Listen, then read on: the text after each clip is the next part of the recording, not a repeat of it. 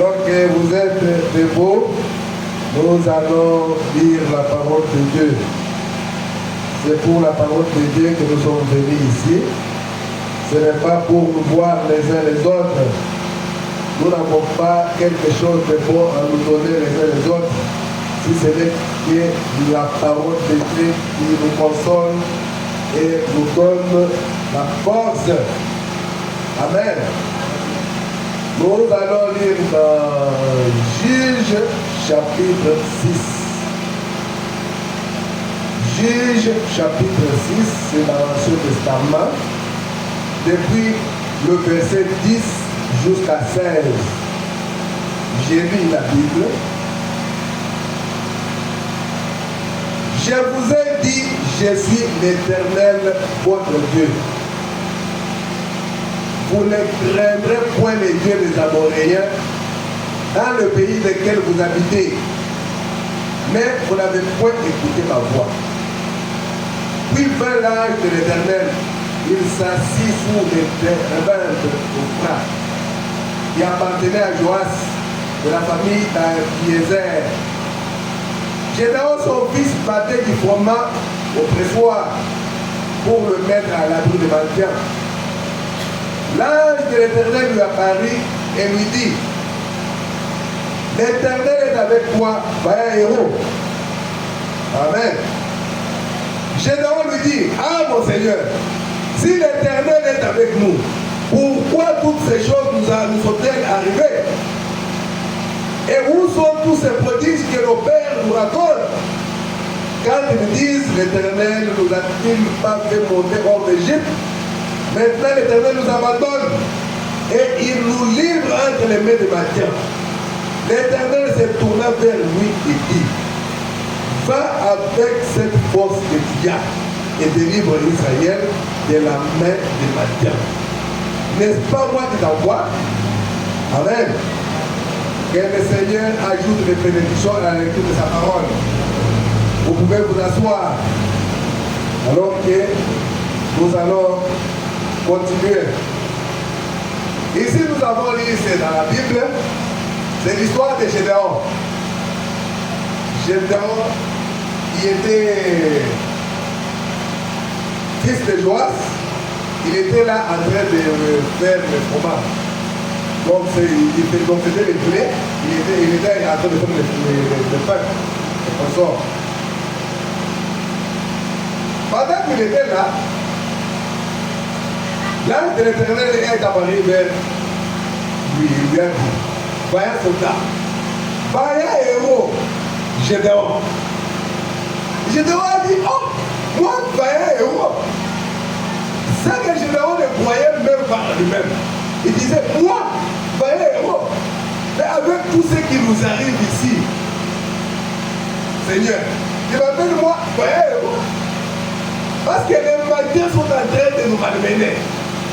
Ils viennent et ils nous arrêtent toutes nos productions. Ils viennent et ils nous tabassent et me tuent. En quoi je suis vaillant héros? Amen. C'est Dieu lui-même qui dit à Gédéon, Gédéon, toi vaillant héros. Comme toi qui es assis aujourd'hui ici, je te dis, ah, est-ce que moi je suis vaillant héros? Les Shakespeare, oui, oui, toi le vaillant héros. Toi merveille. Toi exaucé. Dieu vaillant héros. Acacia, Dieu vaillant héros. Mais Dieu vaillant héros. Donc vous êtes des vaillants héros. Vous allez dire, ah, mais les autres, peut-être ils sont fait. Non, mais vous êtes des vaillants héros parce que vous vous êtes fait violence. Et Dieu voyait ce qui était en Gédéon. Et Dieu voulait faire quelque chose avec Gédéon. Alors, quand il a dit à Gédéon, Dieu vaillant héros, Gédéon a essayé de se décourager. Mais il a dit, Seigneur, si je suis vaillant héros, où sont tous les miracles dont on nous a parlé par nos pères? Quand ils nous ont dit que l'Éternel nous a fait sortir du pays d'Égypte. Mais nous sommes ici, nous sommes malmenés, Seigneur. Et Dieu lui a dit, avec la force que tu as, tu considères que cette force-là que tu as, c'est une petite force. Oui, avec la force que tu as, tu vas battre les maniants. Amen. Dieu lui donne une commission d'aller battre les maniants et de remporter la victoire. Avec quoi? Avec la force qu'il avait, la petite force que lui-même négligeait, lui généreux. Il a dit, ah, moi, vaillant héros, en quoi je suis vaillant héros? Amen.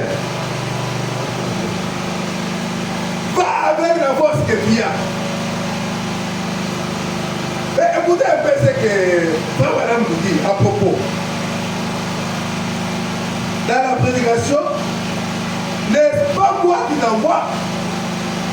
Parce que notre Bible ce jour, ou ce soir, ça va nous amener à la prière.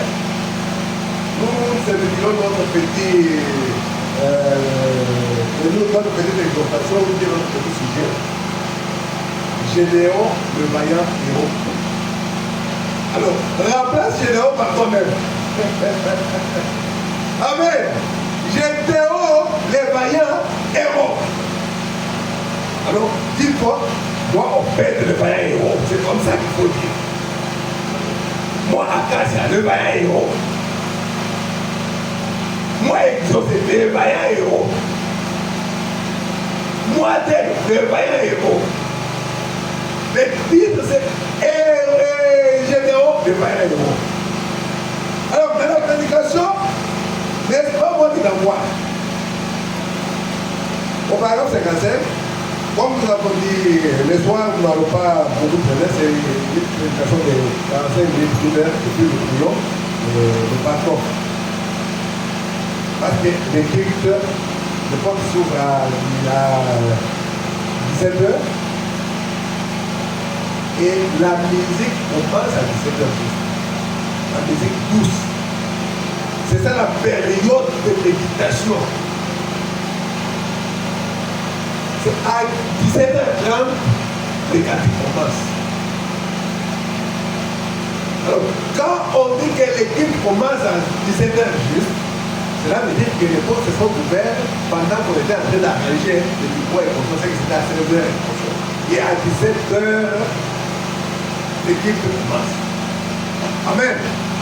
Alors, ici nous voyons dans la prédication où le prophète parle, n'est-ce pas moi qui t'envoie? N'est-ce pas moi qui t'envoie? Au paragraphe 55. Frère Madame dit ceci. Et quand il a parlé à Gédéon, Gédéon était un peu surpris. C'est ce que nous avons dit avec nous, en lisant dans la Bible. Dieu il dit à Gédéon, toi, ben héros. Gédéon dit, quoi? Moi? Ben héros? En quoi je suis ben héros? Donc, c'est ça que nous dit ici. Gédéon était un peu surpris. Il a dit, eh bien, voyez héros.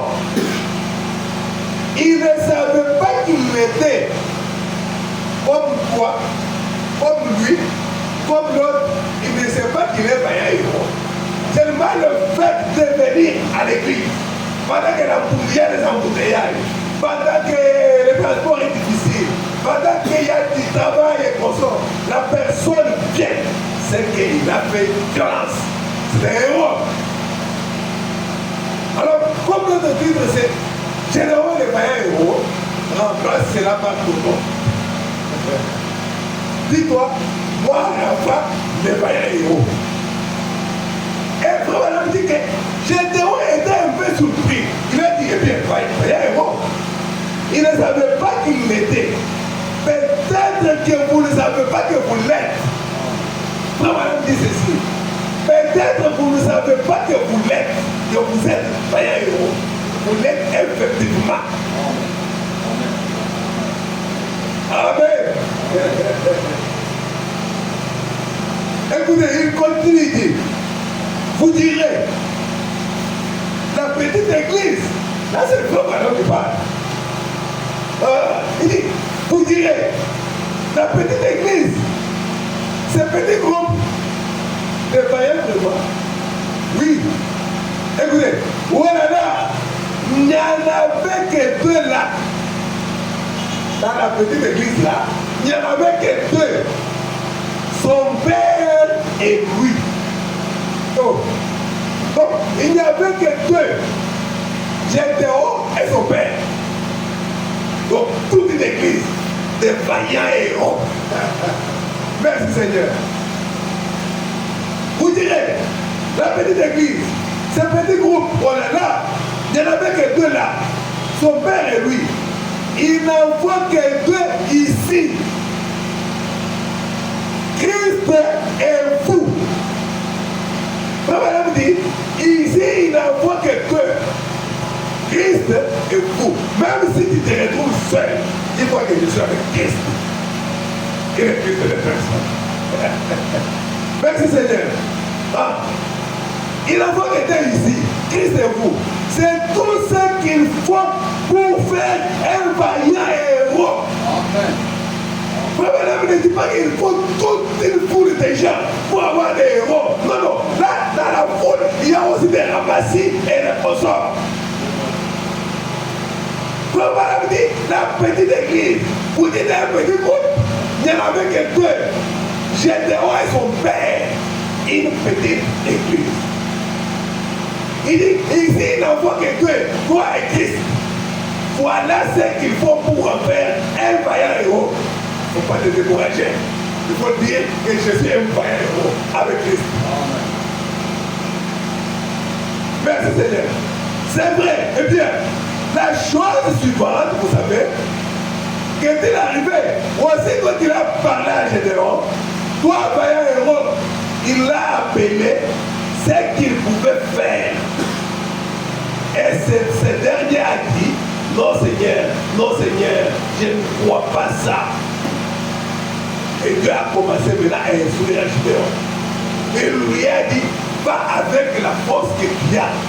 Cette petite force-là. Et toi, tu penses petit. Ah, c'est dans la faiblesse que Dieu manifeste sa puissance. Parce que quand c'est ta propre force, tes propres muscles, tes biceps, tu vas dire à toi, je lui ai donné un coup à quoi tes biceps.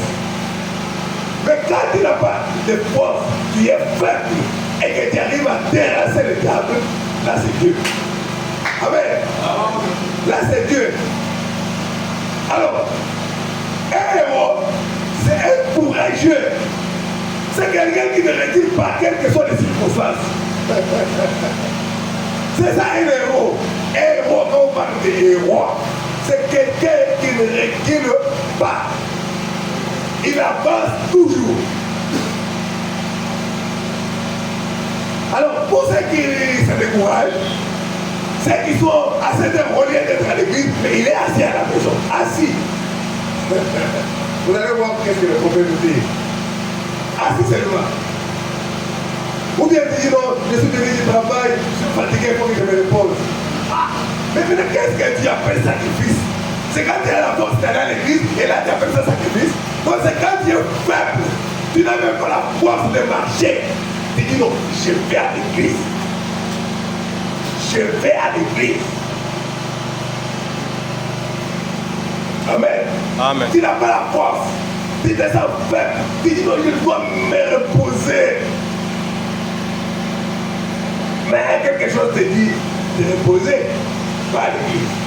Alors, il faut maintenant un sacrifice. Un sacrifice, c'est quelque chose qui fait mal. C'est ça un sacrifice. Ce n'est pas quand tu as toute ta force, hein, parce que tu as la voiture pour venir à l'église, tu dis ah non, on va aller à l'église, mais comment ça va marcher à pied? Tu vas dire non, c'est très loin. C'est très loin. C'est quand tu es dans cette difficulté-là et que tu dis, j'y vais malgré ça. Et à ce moment-là, tu es un vaillant héros. Là, tu as fait un sacrifice. Tu es un courageux. Alors, pour ceux-là qui ne sont pas courageux, Dieu n'aime pas les gens qui se découragent. Et le prophète les appelle, ce sont des gens mous ou des lâches. Dieu n'aime pas des lâches. Amen. Amen. Juge chapitre 7, verset 2. Nous allons lire verset 2 jusqu'à 7. Écoutez, c'est une exhortation ce soir. Comme nous avons dit, c'est Gédéon le meilleur héros. Alors tu remplaces là par quoi? Ah, tu dis, moi Joseph, le meilleur héros. C'est ça la prédication. Ah, donc l'exhortation ce soir pour la prière. L'Éternel dit à Gédéon, le peuple que tu as avec toi est trop nombreux pour que je livre ma guerre entre ses mains. Il pourrait en tirer gloire contre moi et dire c'est ma main qui m'a délivré. Les gens qui sont avec toi sont nombreux, Gédéon. Sinon, s'ils gagnent ma guerre, il faut dire oh d'ailleurs, on était nombreux. Fais partir les autres. Amen, amen. Ah, écoutez, il dit, publie comme ceci aux oreilles du peuple, que celui qui est craintif et qui a peur, ça retourne et s'éloigne de la montagne de Galade. Si tu as peur, si tu es craintif, est-ce qu'on va vraiment avancer? Non, non, reste à la maison. Tu vas décourager les autres.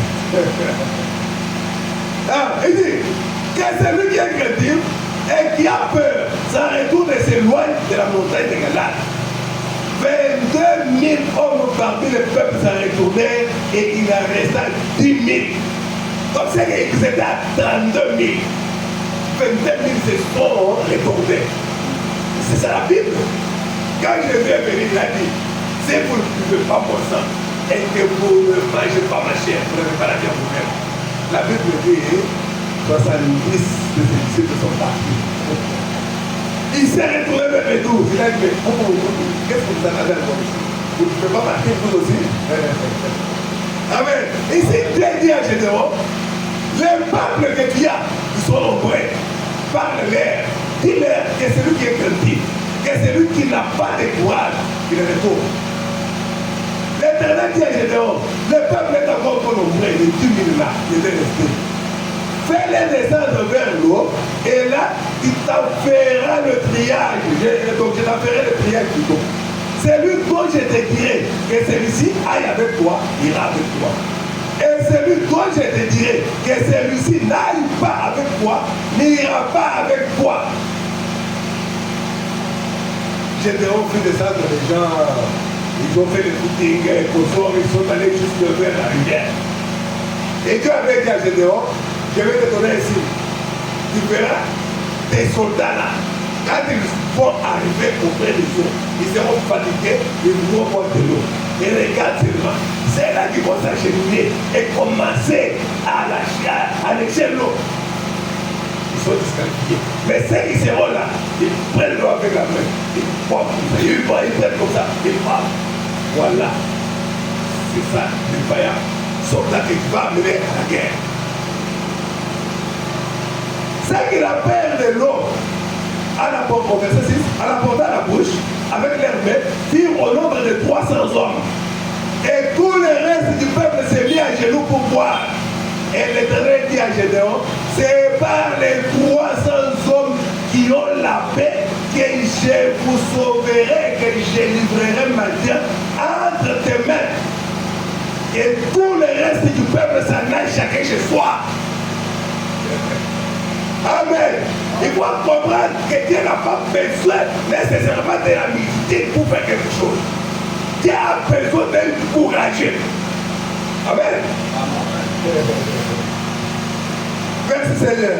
Un courageux. Qu'est-ce que Abraham nous dit? Parce que nous disons, voilà, Seigneur, il faut que je puisse régner. Oh Seigneur, fais de moi la tête, de moi la queue. Oui, mais tu dois combattre. Ça, c'est ton pas gratuitement. Ah, pour régner, il faut que je combatte. Pour être héros, il faut livrer un combat. Alors, pour être héros, on n'a pas peur. On est courageux. Qu'est-ce que toi, madame, nous dit dans les second miracle? Je prêchais le 29 juillet 1951 soir. Paragraphe 41, le second miracle. Nous prenons la partie B. Donc, madame dit, comme nous sommes ici là, Il dit, nous sommes sur un champ de bataille. Et quand nous devenons chrétiens, c'est là que la bataille commence. C'est là que le diable va braquer ses armes vers toi. Alléluia. Et c'est là que le diable se dit, non, je dois battre maintenant. C'est là que le combat commence. Quand on est chrétien, on n'est pas dans un pique-nique. Non, sinon tu vas ramasser une balle. Le diable ne joue pas. Nous sommes sur un champ de combat. Venez à l'église pour prier. Il faut venir. Quand on vous demande quelque chose à faire à l'église, il faut le faire. Faites cela. Amen. Quand on vous demande quelque chose, faites cela. Écoutez. Parti de 41, le second miracle. Vous allez sur un champ de bataille. C'est vrai. Vous n'êtes pas dans un pique-nique où tout vous est remis sur un plateau d'or. Non. Si je dois régner, je dois combattre. Madame dit, si je dois régner, je dois combattre. Augmente mon courage, Seigneur. Amen. Amen. Augmente mon courage. Merci, Seigneur. Vous êtes sur un champ de bataille. Alors, quand vous êtes chrétien, mettez-vous en tête que je suis sur un champ de bataille. Et sur le champ de bataille, si tu fais seulement une erreur, tu es ramassé. Le diable rôde tout autour. La Bible dit, il cherche qui dévorer. Je dois combattre s'il me faut régner. Augmente mon courage, Seigneur. Vous voyez? Dois-je être transporté au ciel sur un lit fleuri d'essence? Alors que d'autres ont combattu pour régner. Pour gagner le prix. Ils ont combattu sur les fleuves de sang. Ils ont fait couler leur sang à cause de la parole.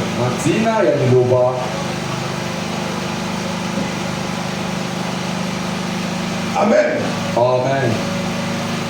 Je dois combattre pour régner. Si je vais régner, je dois combattre. On va dire que non, Seigneur, je veux que ma vie chrétienne soit une vie normale. Il n'y a aucun sacrifice. Non. On ne vient pas à l'église, c'est pas quand on est fort. Quand tu es fort et que tu viens, on a compris ce que tu es fort. Mais quand tu es vraiment fatigué, tu viens de terminer même le travail. Et le transport est difficile. Il fait quand même. C'est bon, c'est ça les sacrifices. C'est le bagage qui est fort. Je vais sacrifier. Le sacrifice c'est quelque chose qui fait mal. Mais on fait quand même pour l'amour. Gédéon le vaillant héros. Nous avons besoin des gens qui sont courageux. C'est ça que Madame dit. Dans la profondeur, appelant la profondeur. Au paragraphe 31.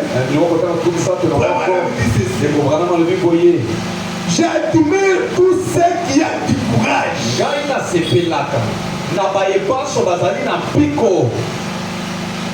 Tous que je n'aime pas, c'est un chrétien mou.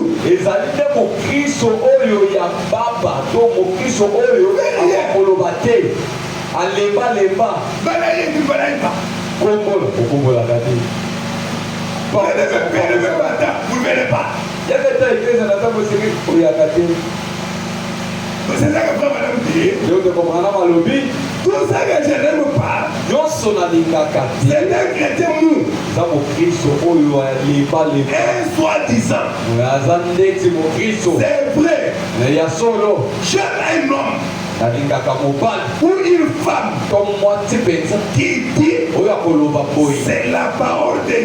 Je crois c'est là. Madame dit, Dieu va à l'église. Alors il a besoin d'un chrétien. Ça c'est la parole de Dieu. Je crois c'est là. Merci Seigneur. J'accepte cela humblement. Et je crois cela. Et je vis cela. Oh Dieu, entre les jours où les hommes et les femmes seront exactement ce qu'ils professent être.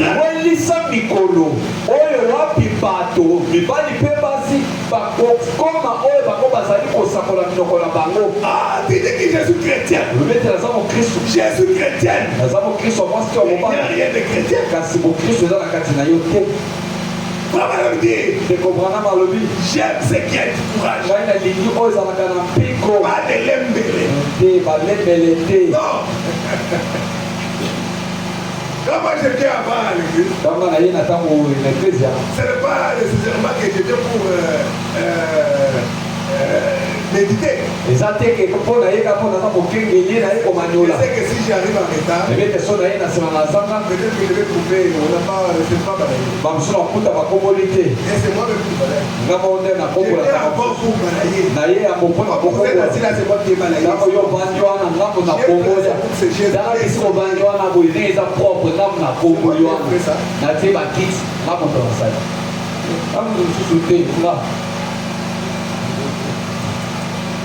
Et je le fais chaque jour.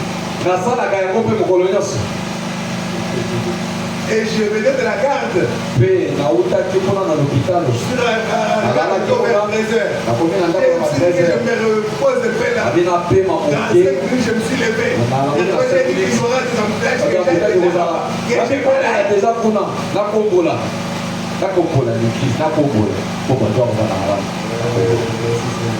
écoutez, oh Dieu, entre les jours où les hommes et les femmes seront exactement ce qu'ils professent être. Si je n'étais pas pour Christ, je serais ici aujourd'hui contre lui. Mais comme je crois en lui, je dois tout faire pour le plaire. Amen.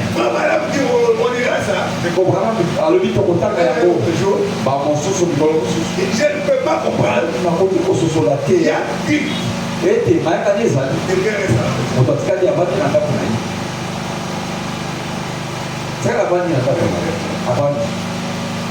Maintenant, celui qui vient du travail, il est fatigué. Bon, va dire, oh, il était vraiment fatigué.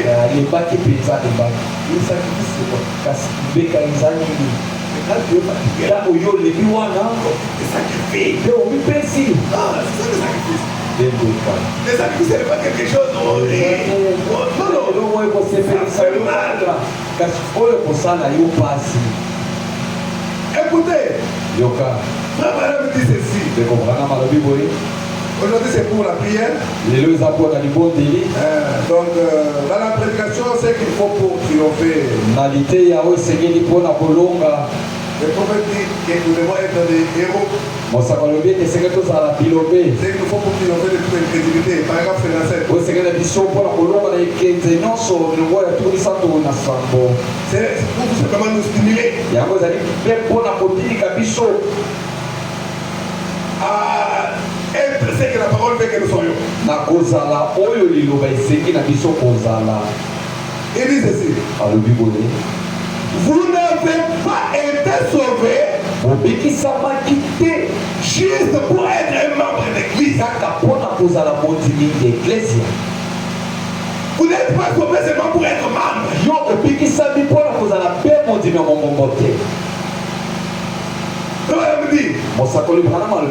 Vous avez été sauvés pour travailler.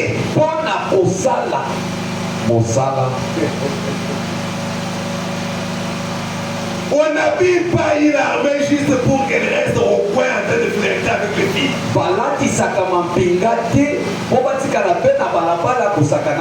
pour aller au combat. Il ne faut pas être distrait. Ne soyez pas distrait. Nous entraînons notre armée pour le combat. Et nous ne sommes pas en pique-nique. Nous sommes sur les champs de bataille. Nous sommes juste ici en train d'affronter l'ennemi de notre Seigneur. Alors, il faut faire des entraînements. Il faut aller chercher sa bataille. Amen. Parce que nous sommes sur les chemins de bataille en train de combattre l'ennemi de notre Seigneur. Alors nous devons présenter à notre Seigneur les plaies de la bataille.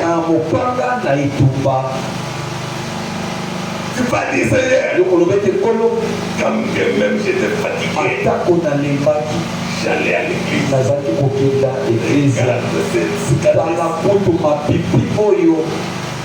Mais toi tu ne peux pas être blessé. Je suis fatigué que je me repose quand même. Je viens de travail. Dieu va comprendre. Tu te présenteras devant Dieu. Ça c'est caprice. Qu'est-ce que toi tu as fait comme sacrifice? Il va te dire que les Esquimaux marchaient sur la neige pour aller écouter un sermon à 50 kilomètres.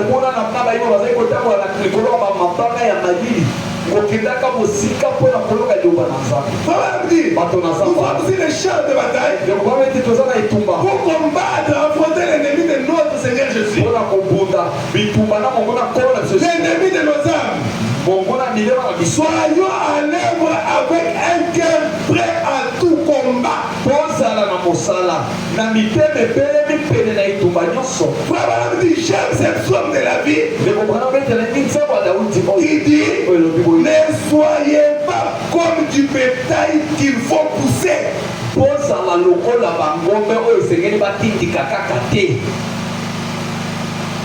Alléluia. Amen. Tu es chrétien. Tu es chrétien. Ne sois pas comme un bétail qu'on pousse toujours. Fais ceci. Ça va pour faire. Mais ça, on t'a déjà dit une fois. Prochainement, il faut faire quelque chose pour le Seigneur. Pourquoi pas évangéliser? Pourquoi pas appeler quelqu'un à la prière? J'avais dit qu'on dirait le prophète que si tu n'as pas encore gagné une amatrice, il est coupable, il est stérile, il est dans le royaume. Parfois c'est simple. Amen. Soyez comme, ne soyez pas comme du bétail qu'il faut pousser. On doit vous amener dans un petit enclos quelque part, et par ici et par là. Soyons des héros. Maman dit, soyons des héros. Un héros c'est quelqu'un qui a du courage. Quelqu'un qui a du courage. madame raconte une histoire. Il y avait un jeune homme, un ingénieur. Alors, il était en train de construire un pont. Et les gens regardaient de loin. Est-ce que ça va tenir ça? Mais tellement il était concentré à son travail. Madame dit, il était encouragé. J'aime des gens comme ça. Et c'est avec des gens pareils que tu travailles. Sois encouragé. Alors, c'est jeune homme quand il a terminé. Maintenant, il fallait que les remords passent. Il a demandé que autant de remords passent. Les autres disaient, ah, c'est très bien fait. C'est vraiment bien. Venez avec votre remords pour passer. Ah, mais quoi, les autres, comment ils vont passer?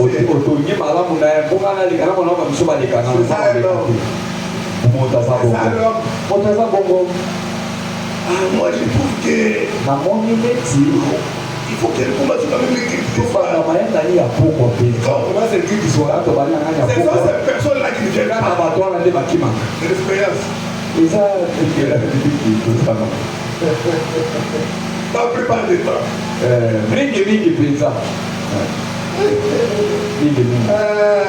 C'est très bien.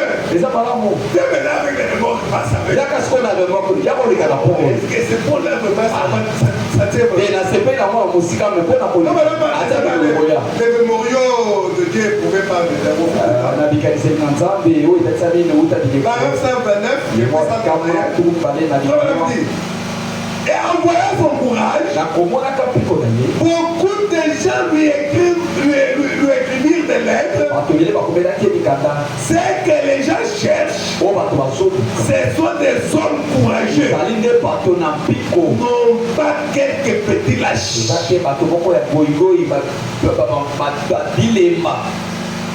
Le monde veut voir des hommes courageux.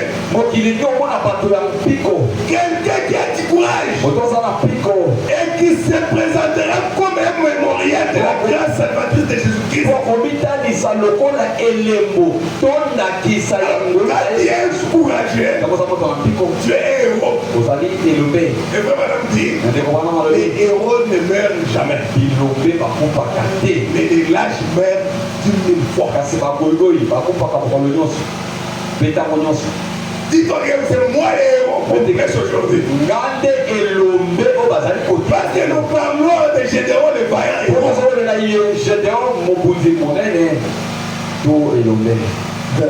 Soyons des héros.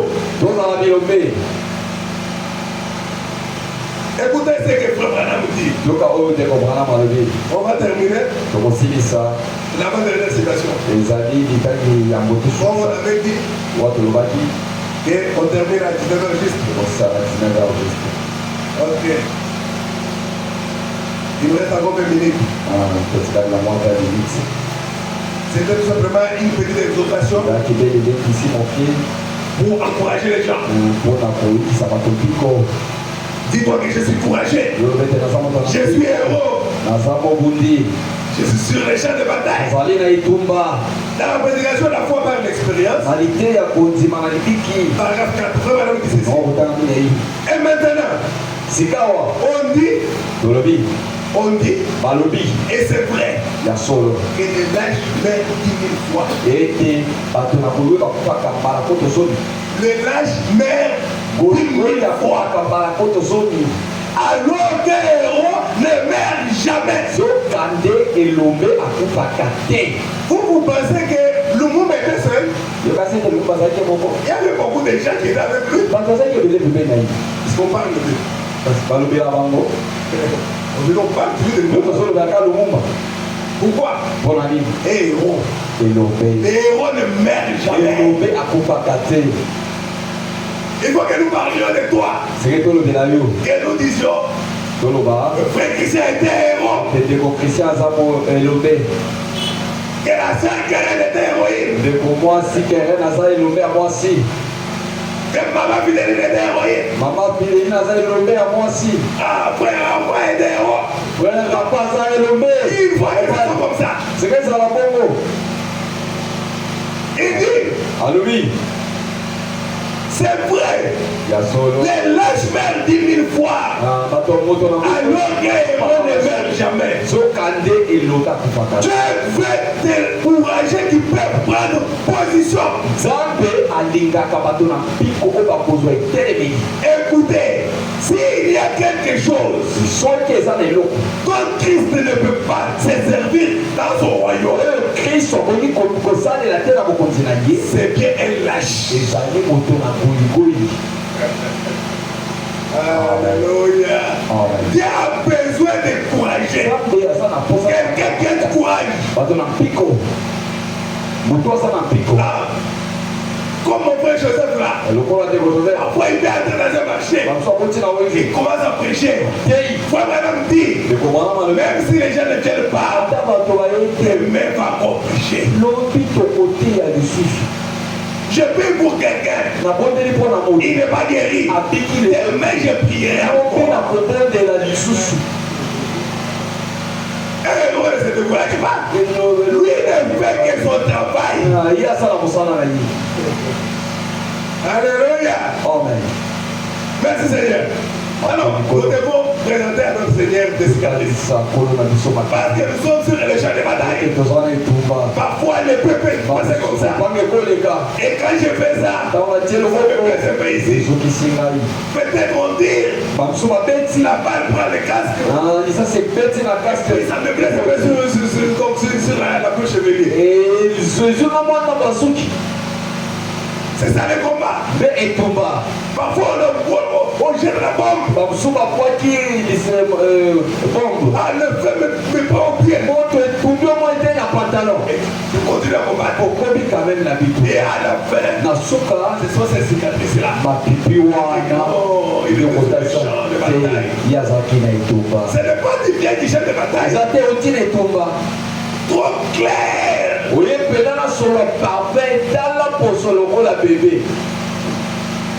Alléluia. Avec la notion claire. Tu viens de voir que j'étais là-bas à l'est.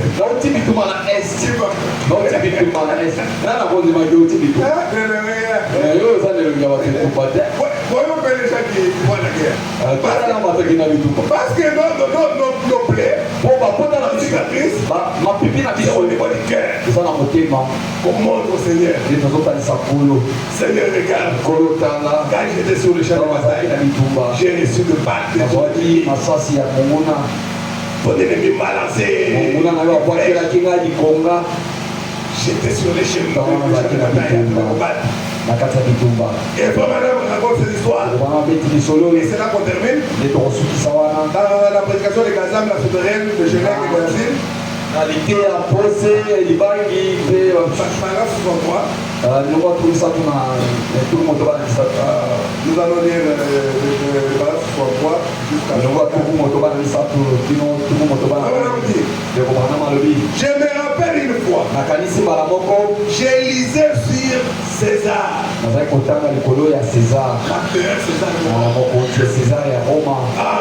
Cette histoire où il allait effectuer une grande parade. Et beaucoup allaient le suivre. Il était assis sur son trône, parcourant la rue à cheval. Et alors il s'est arrêté là. Il a dit, j'aimerais que tous mes officiers me rencontrent demain. Alléluia. Amen. Et j'ai besoin d'un homme honorable pour chevaucher à mes côtés lors de cette grande parade de demain. Alléluia. Nous devons marcher à côté de notre Seigneur. Le Seigneur Jésus-Christ. Marcher. Mais écoutez César. Il a dit. Alors, tous les officiers, ils ont nettoyé leurs plumes. Ils ont assigné leurs boucliers et tout.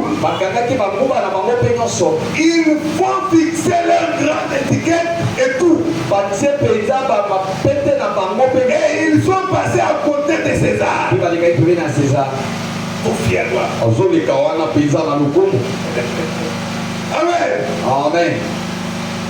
Chacun avec une grande et belle plume. Marche droit et ferme. Devant César.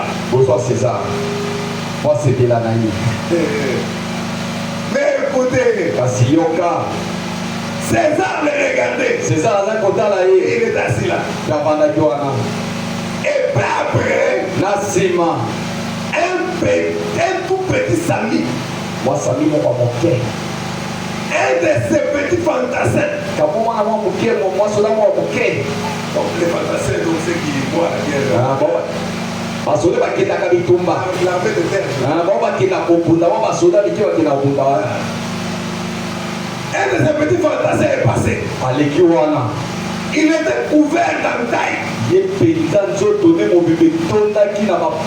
Des gratiniers. Des cicatrices. D'entorse. Il est passé. Il a simplement incliné la tête.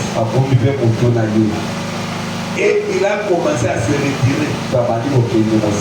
Tellement il se sentait embarrassé devant les grands empereurs. Et il commençait à partir. Et aussitôt l'empereur a dit, un instant.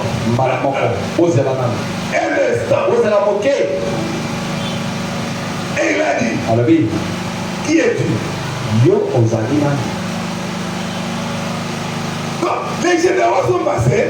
Cela n'a rien dit au roi. L'empereur, ça n'a même pas tiré. Mais quand le fantassin la passe, avec des cicatrices, des amis à la mort, parfois c'était toi de son malade. Peut-être alors la prière est non. Moi qui es-tu? Il a dit, viens ici. Il a dit, oui mon Seigneur. Il s'est approché de lui. Il s'est prosterné comme cela. Il s'est relevé.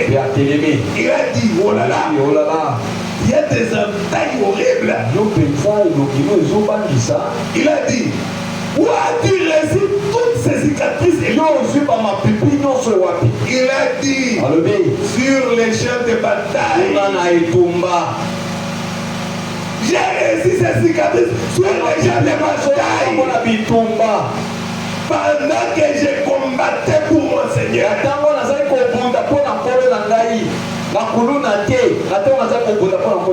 Alléluia. Amen. Nous ne sommes pas sauvés pour se faire simplement membre de l'Église. Travailler. Être sur les champs de bataille. Combattre l'ennemi de notre Seigneur.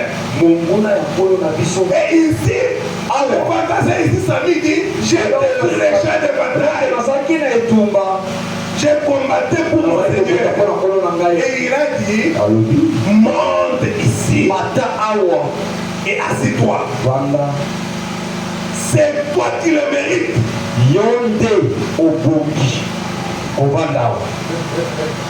Parce que tu as fait des sacrifices. Même sous la pluie, il allait toujours à l'église.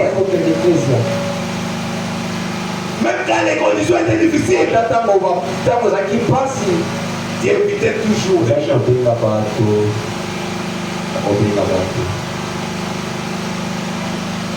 Même si tu n'avais pas les transports, tu faisais les pierres, des sacrifices, des blessures, que tu reçois sur les gens de bataille. C'est toi qui le mérites. Abraham continue de dire, j'aimerais montrer les signes de la puissance de l'évangile de Jésus-Christ quand je m'avancerai.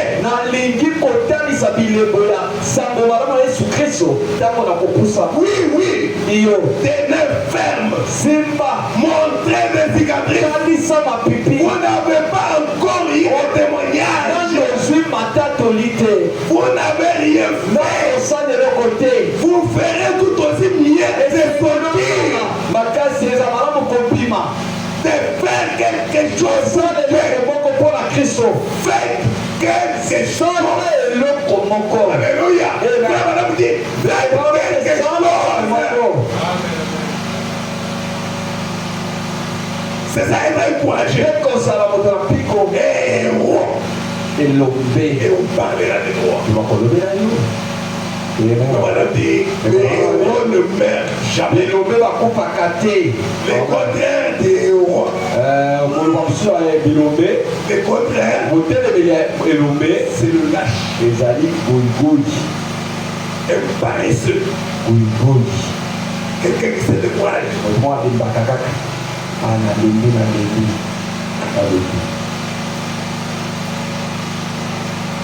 J'ai terminé là. J'ai déjà fini, mais quelque chose me vient à l'esprit. Quelque chose me vient à l'esprit. Écoutez ce que Deutéronome nous dit. Ce n'était pas prévu. Mais là, elle m'est venue comme ça. Deutéronome 28. Non, 20, chapitre 20, verset 1. Et c'est Dieu. Non, 20, chapitre 20, verset 8. Ok, il dit ceci. C'est Dieu qui avait demandé à ce que le message arrive jusqu'aux officiers, aux autres. Les officiers continueront à parler au peuple.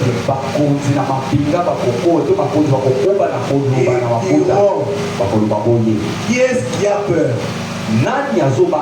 et manque de courage? Il s'en aille et retourne chez lui afin que ses frères ne se découragent pas. Ça c'est dans la Bible. C'est lui qui n'a pas de courage. Le père et les autres se découragent. Il va condamner les autres. Donc, Dieu n'aime pas les gens qui n'ont pas de courage. Dieu a besoin de courage. Et héros. Les héros là c'est toi. Les héros là c'est moi. Il faut dire qu'aujourd'hui, on m'a prêché moi les héros. Alors il faut que nous puissions voir les œuvres qui se rattachent à un héros.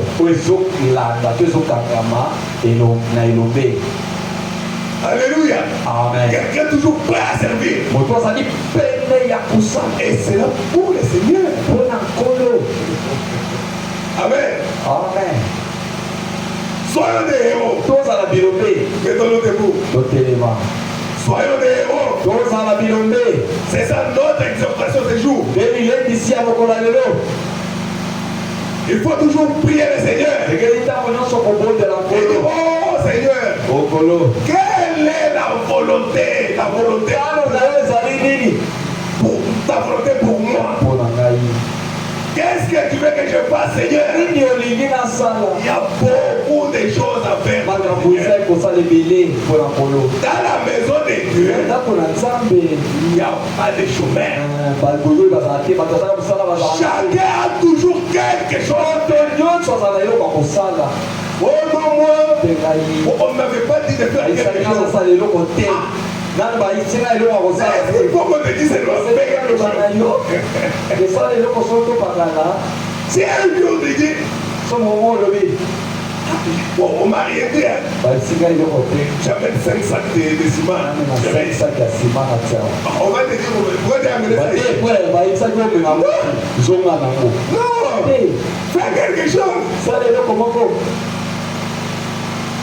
Pas peut-être ça. Tu peux t'enfermer. Peut-être gêné pendant 3 jours. Tu pries selon pour l'église. Tu pries pour cette frère-là. Pour ces frères-là. Fais quelque chose. Amen. Amen. Alors que nous allons chanter.